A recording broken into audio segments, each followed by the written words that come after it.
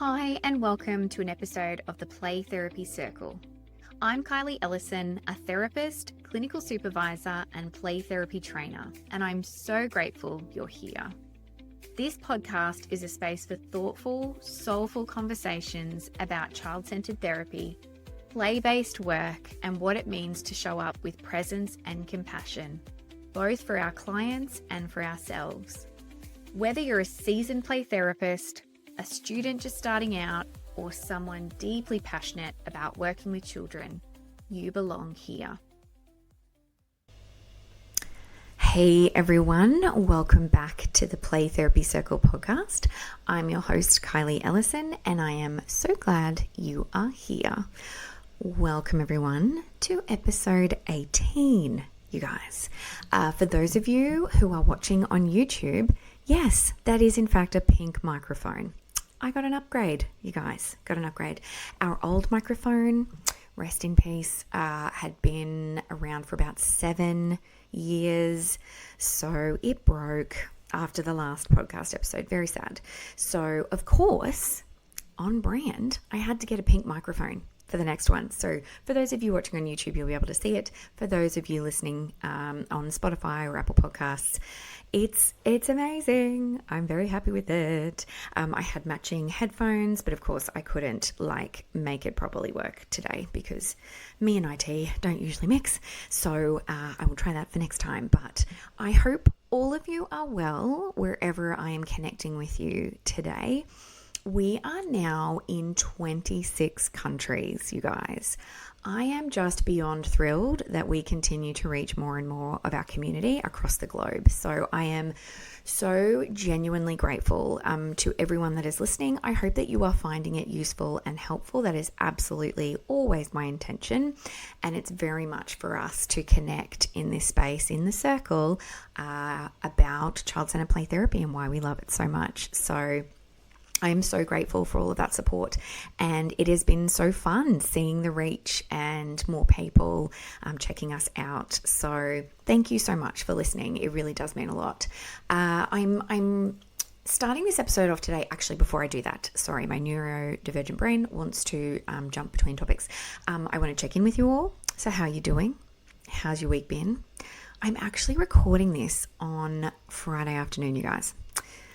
I'm actually enjoying it that much that I want to do it, out of business hours. What is this? Well, actually, no, I have actually done this before out of business hours. That's a lie. But I'm actually doing it on a Friday afternoon when I could be chilling. But instead, I have just been so keen to do this particular topic today. It's a little bit different to our normal content.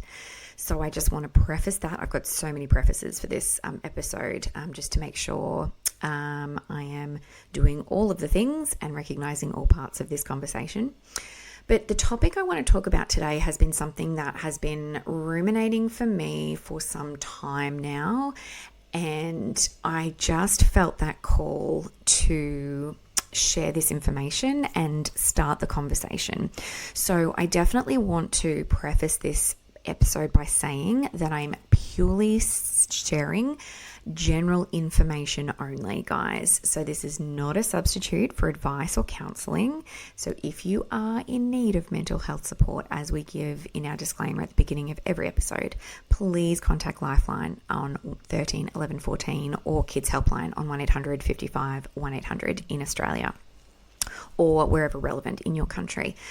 I also want to caveat this by saying that this topic that I'm going to talk about today is really about starting to highlight and validate for anyone working in the child-centered play therapy space who is seeing an increase in children with anxiety and separation anxiety in the 4 to 6 year old age group.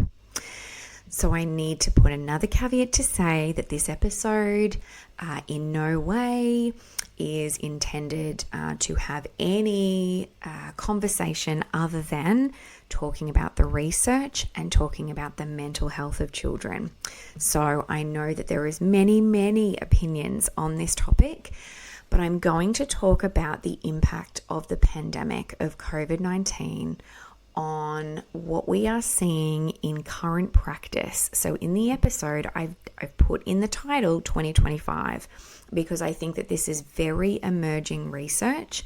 There is a good body of research already out there talking about this topic, but I just couldn't give an exhaustive overview in this episode. I would be talking for days, you guys, to cover all of the research material and outcomes.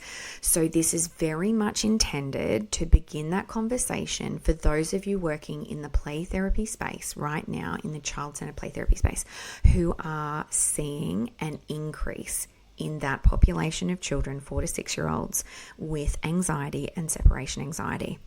So how I want to tackle this is to talk about the data, because that's really important. I want to talk a little bit very briefly, guys, because there's just so much out there. I want to acknowledge, I guess, some of the more global literature, recognizing that we have a global play therapy circle community. I want to talk a little bit about how the neurobiology of what kids experienced during that time that has had an impact on what we are seeing now in current day in 2025. How child-centered play therapy can help, because that's absolutely essential and important, as always, to bring it back to CCPT and what we love so much. And I want to start the conversation about some of those strategies we can offer to parents. I really am keen for feedback, guys, after this podcast. If there is further topics you would like me to talk about, there is a whole population of kids who are now teenagers, who were preteens during COVID. That is another body of research all on its own to look at. So that might be another topic I do down the line. But I want to talk about that 4 to 6 year old age group specifically.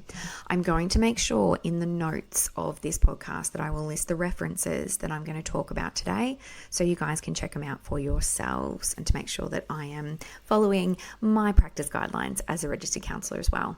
So this is a very interesting topic for me. It's been something that I have been presenting on at conferences for the last couple of years. I've had the opportunity to present at a few, including the Early Childhood Australia conference last year. I think that was. Yeah, that might have been last year. Because I have started to dive into and read about, and I'm certainly not an expert, and this is certainly not exhaustive, guys. There is so much out there. But just in the beginnings of reading through some of those research articles and the data and the statistics that are coming out of it, I think are important to share, so that for you as child-centered play therapists, you can begin that conversation with your clients and your families in that space, and for them to be able to access this research and to talk further about it. So you best believe I have lots of notes to read off. So for those of you watching on YouTube, this is probably going to be a really boring episode in terms of watching me talk, because I'm going to be like referring to notes the whole time. I think that it's really important because I want to get this information right. I want to get that information out there in a way that's accurate in terms of reflecting what I have found so far. And I definitely encourage you guys to do your own research in this space. This is purely an introduction, and really, as I said at the beginning, an intention around validation for our practitioners, but also our families. So please feel free to share this episode with parents as well, or caregivers who are also in this space and struggling as well. So I want to start off, unfortunately, because I'm a little egocentric because I'm Australian, I'm going to start off with the Australian data, guys. Sorry. For those of you globally who are listening, I promise I'll get to you in a sec. But I want to start off with what's happening in Australia right now. And I think one of many studies, guys, and data collection tools has been the Australian Early Development Census, which is a large national measure of children's development as they start school in Australia. So I want to talk about the 2024 AEDC, the Australian Early Development Census. So you can find that online as well. And with this particular census, they collected data from 288,483 children in 7,368 schools via 16,723 teachers. Yes, I read my notes, you guys. For somebody who usually bounces on topics, I'm being very disciplined today, you guys. So over 94% of in-scope children in those schools participated. So we've got a pretty large, it's not significant, but it's a large cohort, right? So what they looked at was 5 domains of what they are assessing when children start school. So they're assessing physical health and well-being, social competence, emotional maturity, language and cognitive skills, communication skills, and general language. So in 2024, the proportion of children who were on track when they started school in those 5 domains dropped from 54.8% in 2021 to 52.9% in 2024. So what we're seeing in our least disadvantaged areas was around 61% of kids were on track, but in our most disadvantaged areas, about 41% were on track for starting school. So what we're seeing in terms of declines in that domain, where the biggest declines were in social competence and emotional maturity. I know for anyone listening who is a child-centered practitioner in Australia right now, I know those statistics do not surprise you.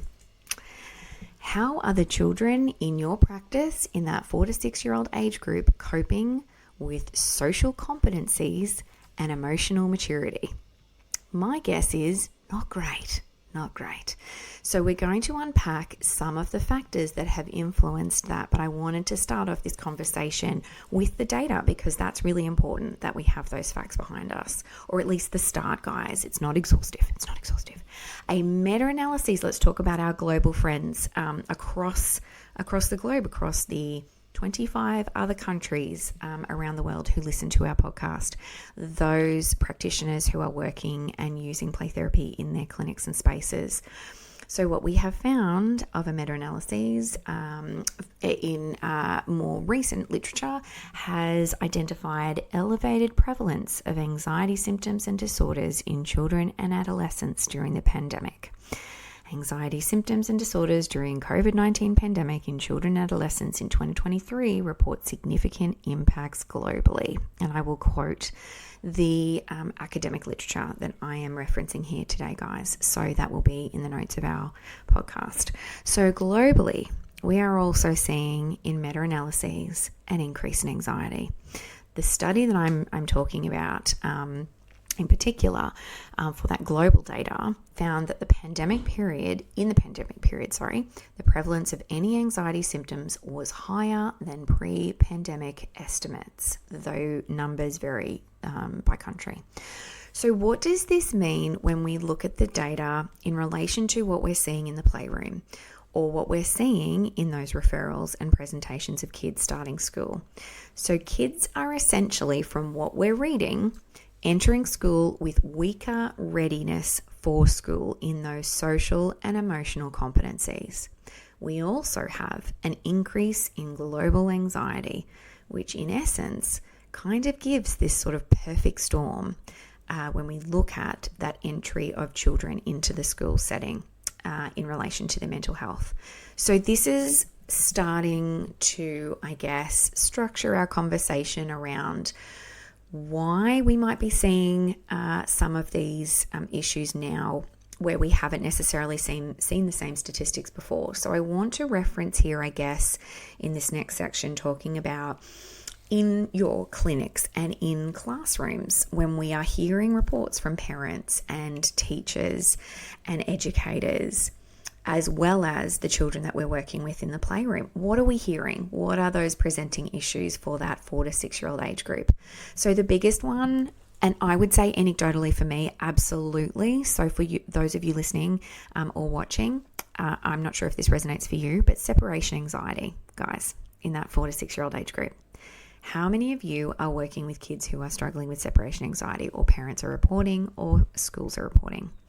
I've actually had supervisees tell me in recent months, and again, I feel like the impact of the pandemic is certainly not consistent. So different states in Australia had different experiences, different countries around the world have had different experiences. So I don't want to generalize here.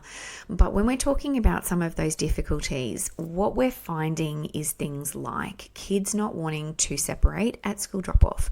And I'm hearing that from my supervisees, but I've even heard stories of education settings. So schools, for example, primary schools here in Australia, having to have staff at reception to help with that transition for kids who are highly anxious separating from their parents at drop-off and needing to help buffer that to help separate that child and transition them into the classroom setting. Like, this is something that certainly I've been working in child protection and the community services support sector for the last 20 years. That's not something I have necessarily heard consistently in my career. So there seems to be an uptick in this at the moment, and that impact is being felt across families and across schools. So difficulty with separating and dropping off, worrying something is going to happen to their parent. So struggling to be away for the whole day from school and needing to see them or needing to talk to them during the day. Refusing to stay at school, so simply just not being able to cope and needing mum or dad or carer to come and pick them up. Generalized anxiety, guys, as well.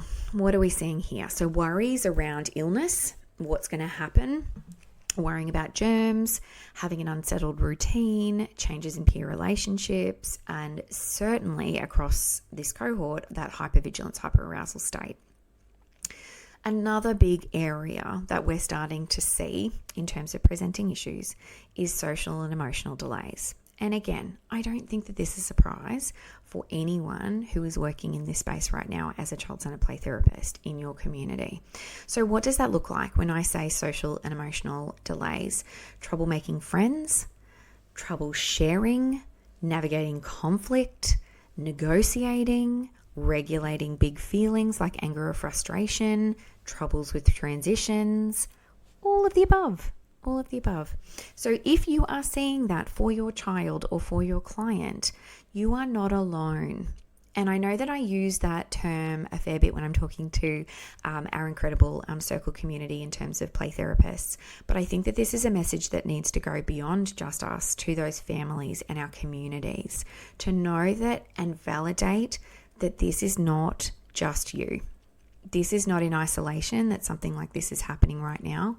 And I want to start that conversation and normalize that conversation around talking about some of these struggles and stresses that families are experiencing.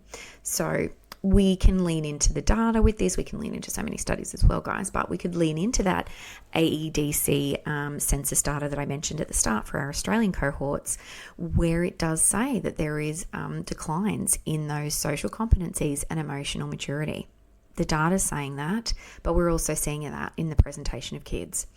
That school readiness, and as I mentioned earlier, attendance issues. So showing fatigue more, reluctance to come or to stay, clinginess at the school door or clinging to their mum or dad or caregiver, like I said earlier, and struggling with that separation, needing longer times to transition into the classroom, struggling to settle. All of those things come under those presenting issues. So when we're looking at this globally, not just in Australia, but linking to that pandemic context, we acknowledge that for the kids that are 4 to 6 years old right now, when they were born and during those first couple of years of life, and I'm going to talk about the neuroscience in a sec, but if we talk about it more in a context perspective, that particular cohort when they were little had fewer preschool hours or may not have even attended kindy or daycare at all. They had less peer interactions, social interactions, and play, you guys.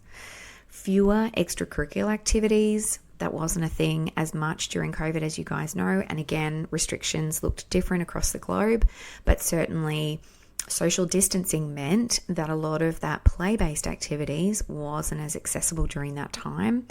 There was less of a regular routine because we were kind of responding to crisis as it kind of occurred. More parent-mediated screen time, and fewer transitions. So these are just some of the factors here, guys. And I'm going to talk about now that neuroscience. But I think it's really important to acknowledge that there was a missing time period for these kids when they were 1 and 2, so 0 to 1, 1 to 2, 2 to 3, where they were not able to engage with their peers in their community settings. sometimes even at parks or recreational facilities. They were restricted to their home environments often, which meant that there was not as many peer opportunities for social connection.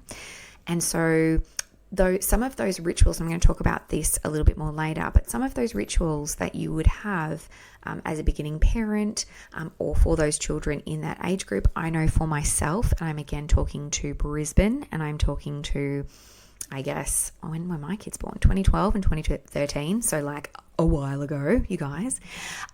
We would have things like, play groups where you would meet. I remember taking my kids to the child health, the local public kind of health system clinic where they offered free play groups. So you could go and mix with kids of a similar age. You would have activities at libraries and things run by the local council and activities in the park and all of those things that are offered to children during that time, and for parents as well, to help them connect and be able to, just debrief with another parent in the trenches of, that first and second and third year of life for kids. None of that was available around that time, or it looked different in many senses. So it was online a lot of the time. So kids missed out on that opportunity for skills practice, for being able to emotionally regulate, navigate conflict with their peers, be able to engage in self-help, be able to resolve conflict if it came up in terms of their relationships with others and their social connections, being able to process feelings so that they could cope with their anxiety. Not a lot of those opportunities were around during that time. And so we're starting to see some of this context linked to the data. So I want to talk about why this particular cohort of kids is a little different. What I have started to say to parents and to supervisees is that we would be doing, and again, I'm caveating this by saying this is just my conjecture, guys, and just my anecdotal experience, waving all of the flags, guys, true transparency here. But I think that it is doing somewhat of a disservice to this population to compare them to what we currently know around child development theory and those benchmarks for what children should be achieving. This is a different population, and we need to recognize and honor and validate and acknowledge that. So what do I mean by that? Why are they different? So let's look a little bit at the prenatal and infancy influences. So while the pandemic, neurobiology data is still emerging, and I said this at the beginning, this is going to be a pool of research that is going to constantly grow and evolve in the next 10, 15, 20 years. So I definitely encourage you guys to be keeping up to date with some of that research if you can, to understand what are the current implications for practice. But what we are seeing in the emerging data is that there is a growing evidence of exposure to prenatal stress or maternal anxiety during COVID relating somewhat to potentially impacts on how the child and the infant's brain grew and how it was changed. So some of the information that we're starting to see in the literature is examples like, say, smaller amygdala volumes. So that part of the brain that's important for emotional regulation being smaller than their same age peers in, say, a different timeline, so five years prior.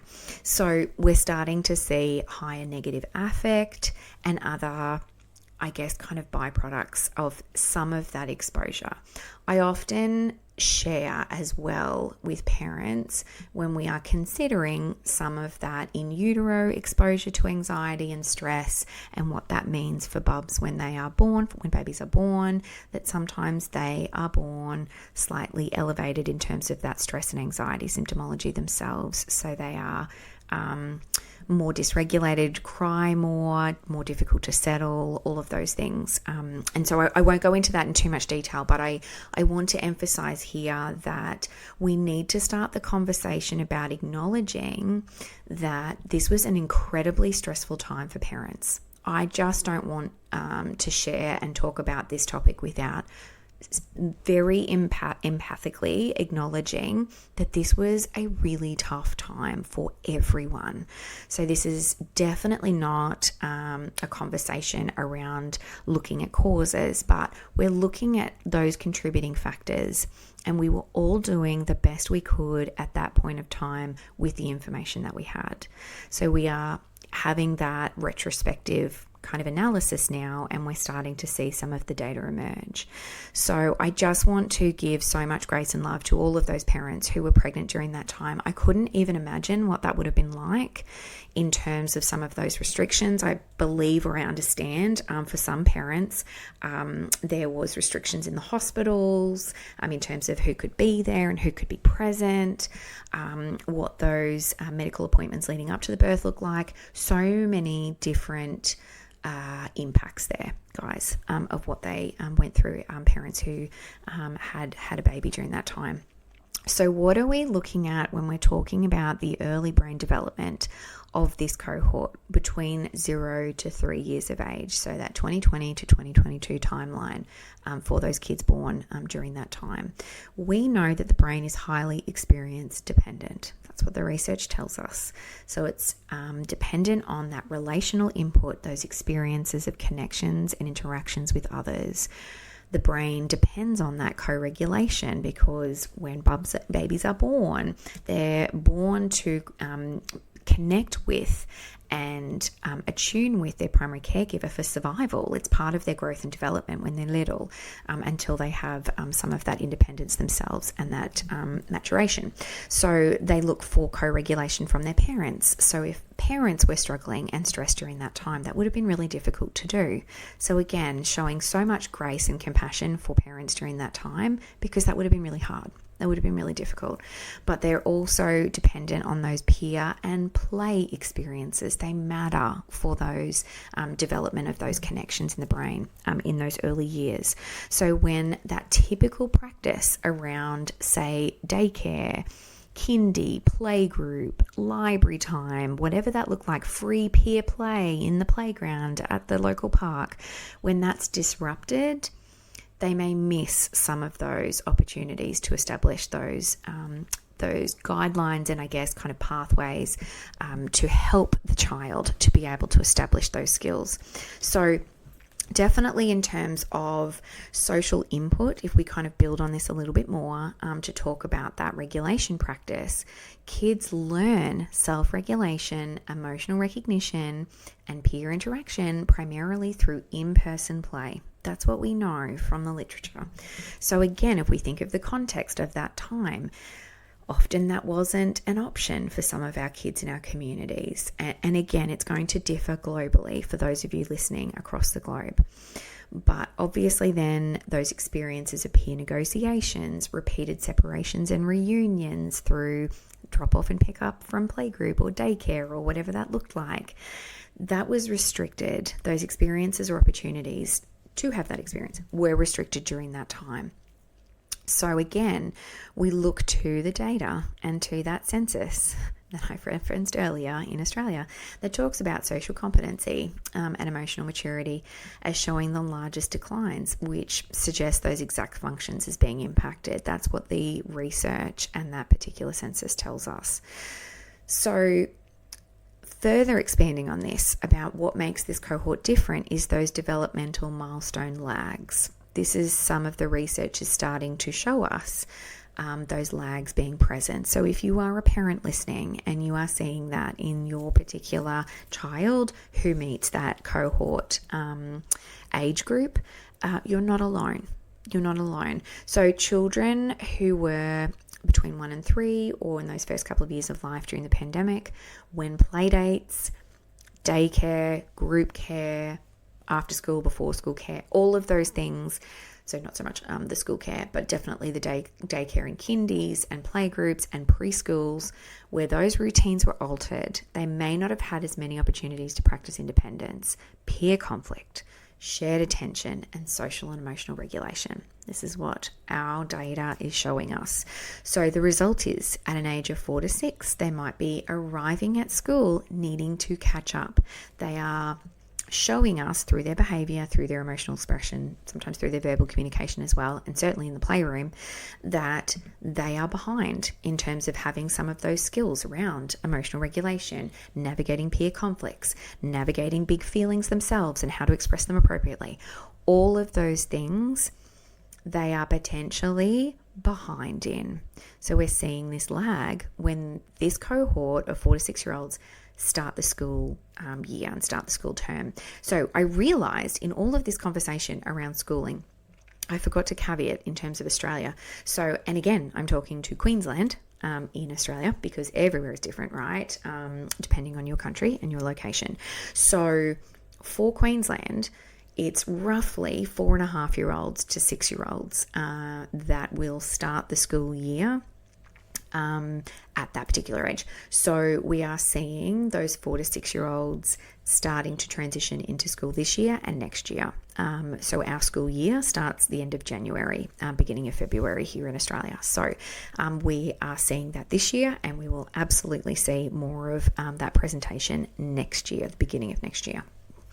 So why is the neurobiology important here, and why does it matter? So when children are repeatedly in states of hypervigilance, hyperarousal, which we know often comes connection with feelings of anxiety, which may have been triggered by or been a part of that experiences around parental stress, the lockdown unpredictability, reduced peer connections and interactions, lots of different factors. The brain stress systems, so obviously the amygdala, hippocampus, and prefrontal cortex, may adapt differently. So what does that mean when we say that they may adapt differently? We're talking about them being more sensitized to threat and separation and less experienced in regulation.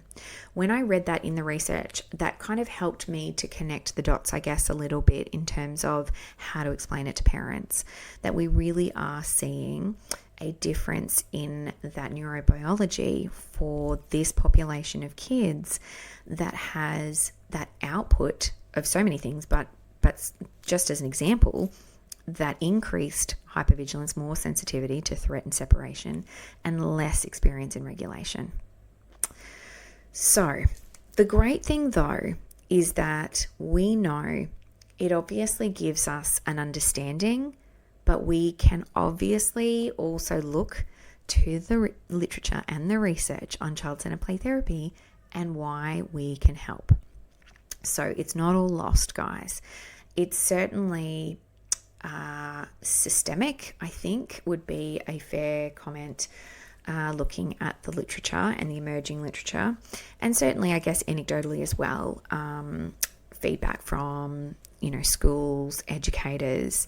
Our practice this year has had the opportunity to connect with a lot of kindies and across Queensland, and yeah, it's pretty consistent, that message around seeing this particular population struggle the most in recent years with that anxiety and separation anxiety. So child-centered play therapy is an incredible way to help support these kids, to help them to transition to school, to help them to cope with that first year of school, and to be able to build some of those skills that they need to be able to engage in school.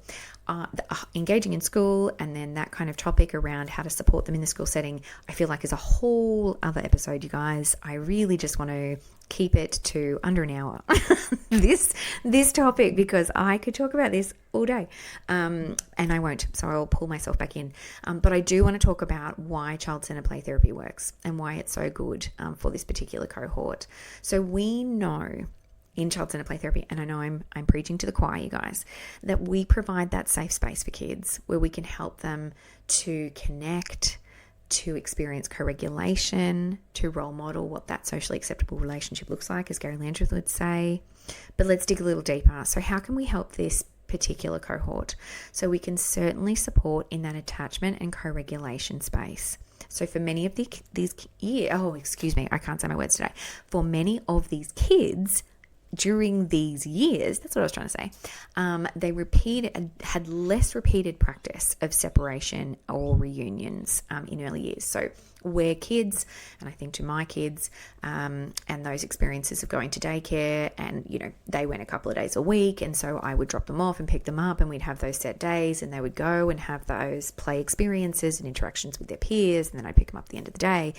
Where for this population, this cohort of 4 to 6 year olds that we're serving now in our communities, they didn't have that practice as much.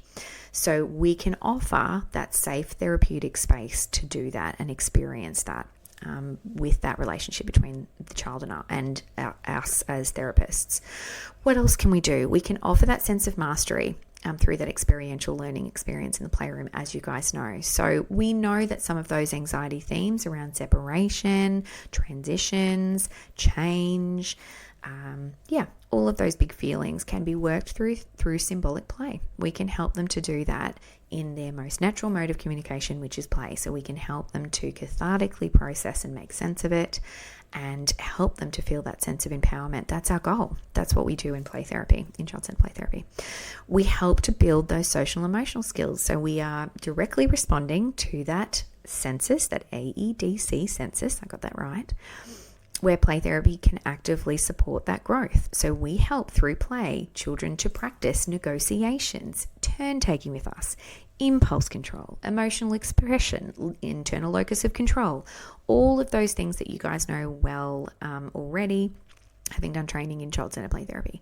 So we can meet that need, and we can help connect and support the development of that, those particular skills for that particular cohort. We provide that language and self-narrative development. So children practice that emotional literacy and emotional learning through engaging with us. We help them to negotiate roles, tell their stories, and helping them to understand their world and what they've been through. So what I found most exciting in my research so far, and genuinely there is so much more research to go, and I will continue to do that reading up, because I think it's an ongoing building body of research in this space.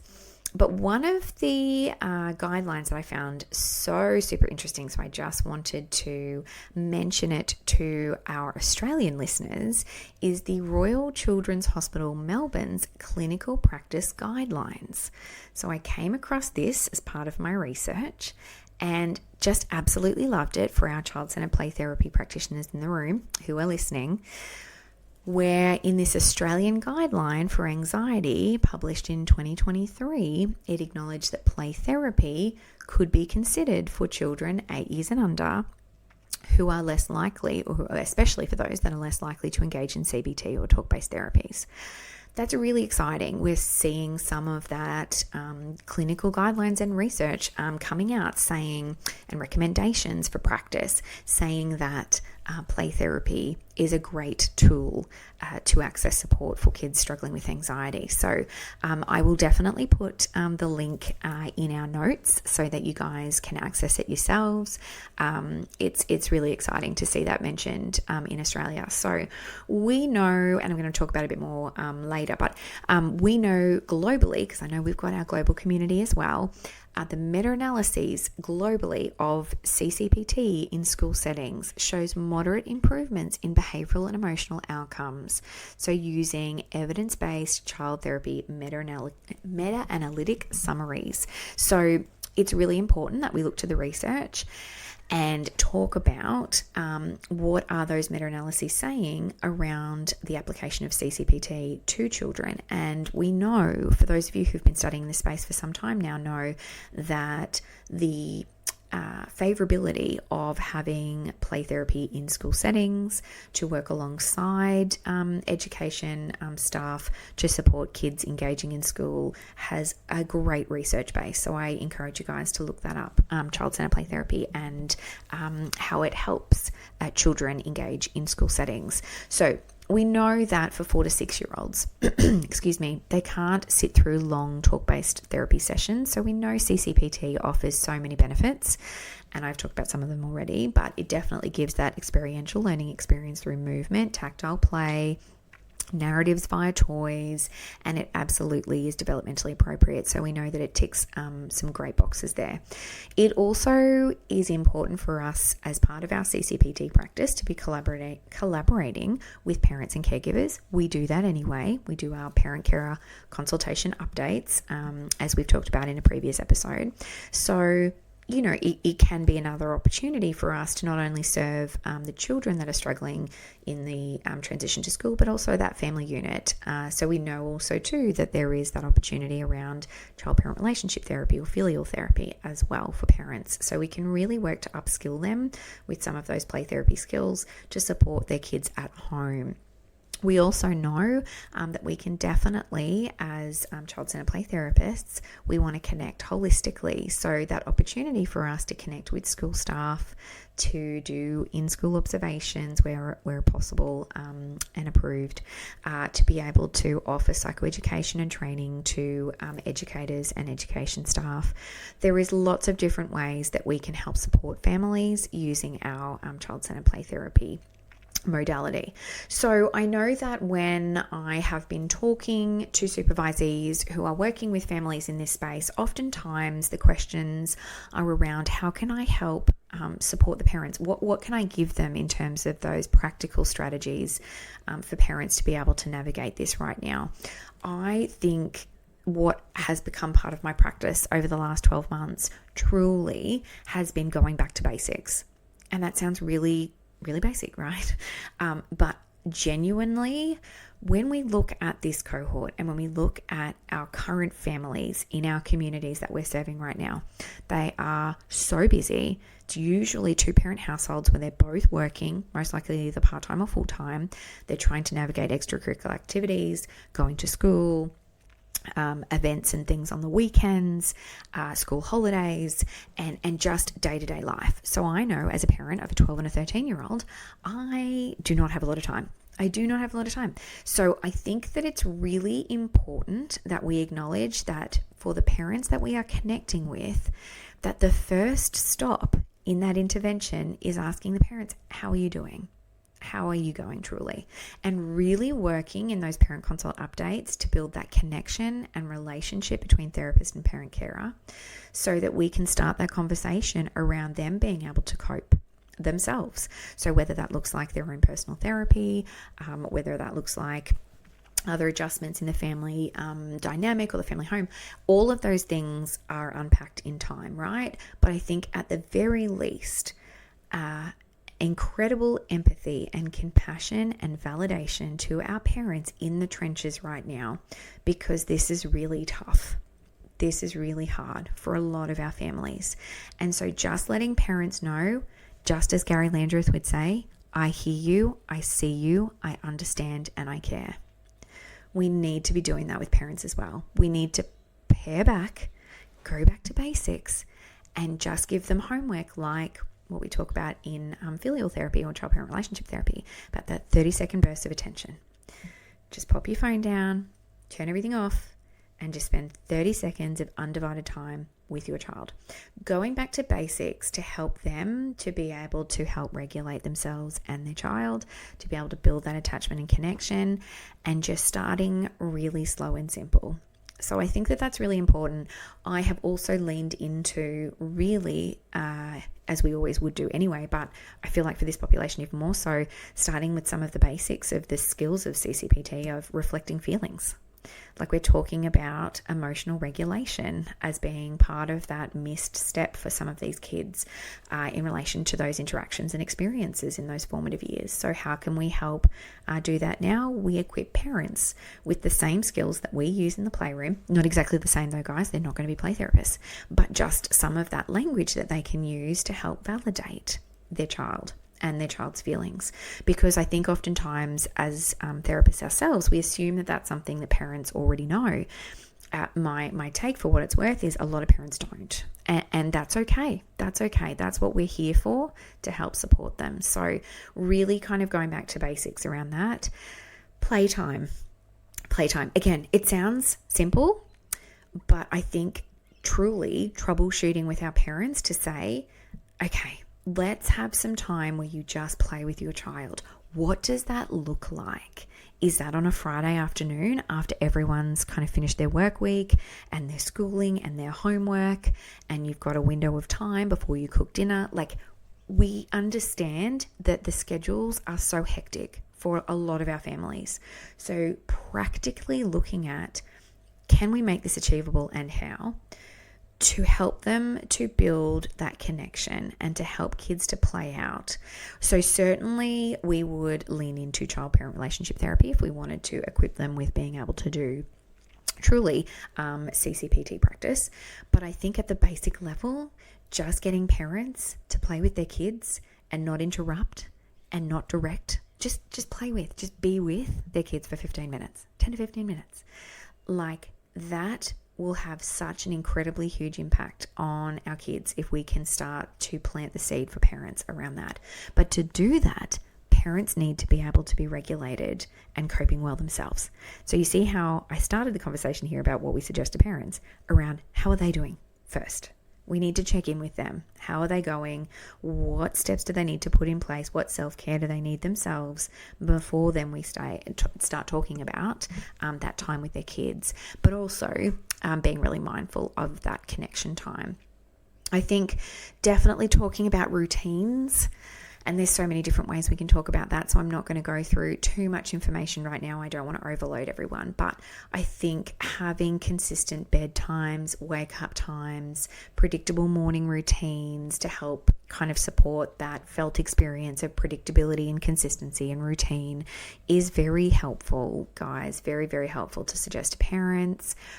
Having a gradual separation plan, so having a bit of a ritual around that separation at home, a consistent goodbye ritual, kind of building that process for kids to be able to tolerate separation and building their internal safety. And that doesn't happen overnight either. So workshopping ideas with parents around how that could look and what they could implement to be able to navigate that separation gradually to support the child.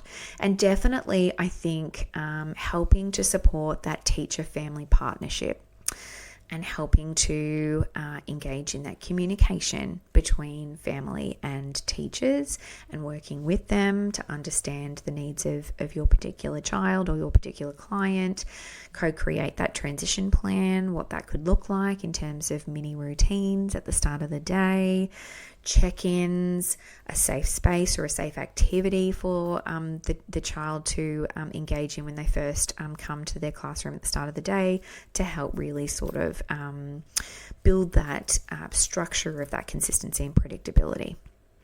So these are definitely not heavy clinical interventions, guys, but they are evidence-informed, practical strategies that parents can use now. And we know with the right therapeutic support, we can shift this trajectory.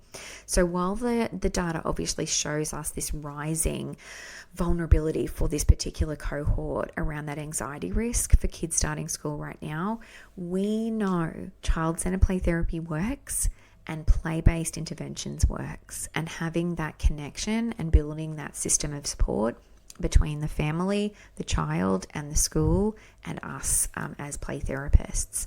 So I really hope that this episode has connected with you.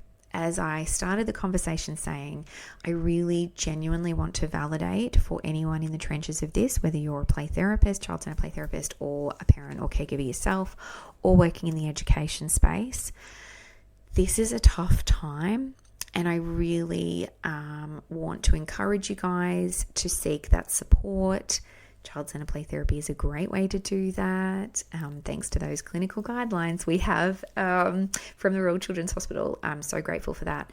So the 2023 Evidence-Based Clinical Practice Guideline for Anxiety in Children and Young People is absolutely must read, and we will provide the link in our episode notes at the end of this episode.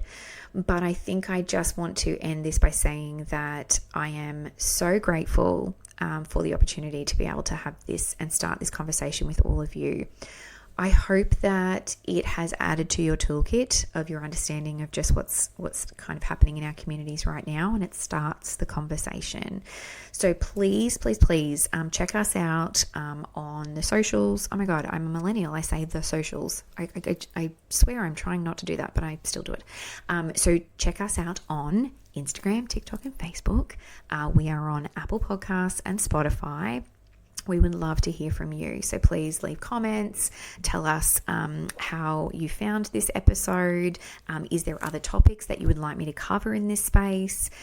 Would you like a longer episode next time where we unpack this more with more of the research and data? I just wanted to start this conversation to get it going. And as I said in the title here, it's titled The Pandemic Ripple Effect. And I really hope that this conversation offers that ripple effect of wondering, self-reflection, understanding as a child-centered play therapist around how can we support this population. And we know that play is the way for these kids. So thank you so much for listening. I actually have kind of done this as an extra episode. I normally don't record on a Friday afternoon, as you guys know. So I will be back next week with more child-centered play therapy content, as always. Please, even more so after this topic today, talking about how tough our communities and our families are doing it right now in terms of our current space. Please also look after yourselves. Be kind to you and to each other. Look after yourselves and have a great weekend. And I will talk to you again very soon. So thanks so much for listening. Bye. Thank you so much for being here for another episode of the Play Therapy Circle. If anything resonated with you today, I'd love it if you could follow the podcast, share it with a colleague, or leave a short review. It really helps others find our circle. And if you have a topic or question you'd love me to explore, I'd love to hear from you. This space is for you, and I want it to feel like a conversation. Until next time, take care of yourself, and remember, you belong here.